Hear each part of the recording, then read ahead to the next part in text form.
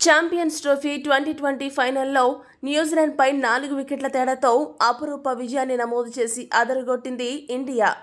2023 ప్రపంచ cup ఫైనల్స్ను తుటిలో చేజార్చుకున్న team India 2025 champions ట్రోఫీని దక్కించుకుని లెక్క సరిచేసింది. దీంతో టీమిండియాపై ప్రశంసల వర్షం కురుస్తోంది. ఇదే క్రమంలో క్రికెట్ దిగ్గజాలు ఈ విజయంపై ఏమన్నారో ఇప్పుడు చూద్దాం. సునీల్ గవాస్కర్ భారత జట్టు ఈ టోర్నమెంట్లో అద్భుతంగా ఆడింది. రోహిత్ శర్మ నాయకత్వంలో జట్టు చాలా సమతుల్యంగా కనిపించింది. స్పిన్నర్లు మ్యాచ్ను తమ చేతుల్లోకి తీసుకున్నారు.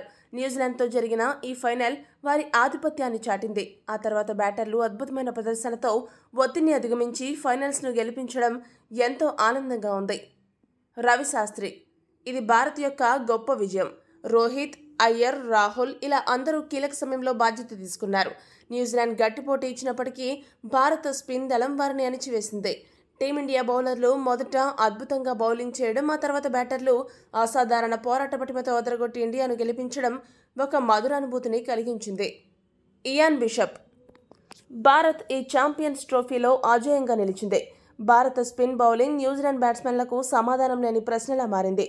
భారత స్పిన్ బౌలర్లు పరిస్థితులకు తగ్గట్టు టోర్నీ మొత్తం బౌలింగ్ చేశారు. 4 స్పిన్నర్లతో ఆడడం అనేది ఒక సంచలనం.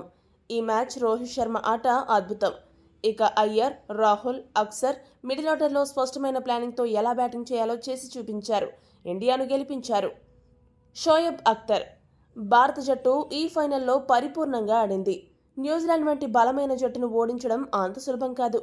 కానీ వారి స్పిన్నర్ల ప్రదర్శన మరియు రోహిత్ శర్మ బ్యాటింగ్ అద్భుతంగా ఉన్నాయి. ఇక టీమిండియా మిడిల్ ఆర్డర్ ఎప్పుడూ లేనంత బలంగా ఉంది.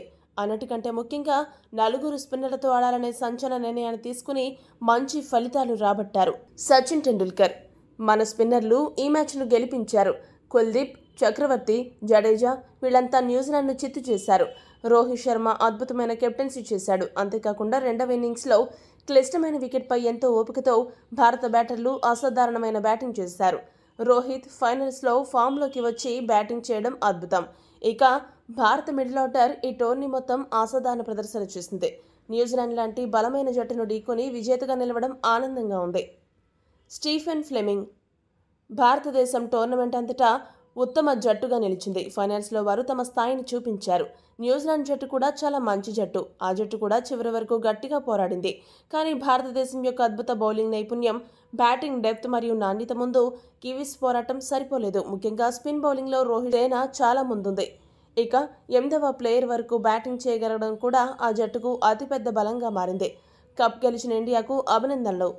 రికీ పాంటింగ్ భారతదేశం మరోసారి తమ ఛాంపియన్ స్థాయిని చూపించింది. వారు పరీక్షించబడ్డారు. కానీ వారి బ్యాటింగ్ డెప్త్ మరియు ఒత్తిడిలో స్థిరత్వం ప్రత్యేకంగా కనిపించాయి. రోహిత్ శర్మ ముందుండి నడిపించాడు.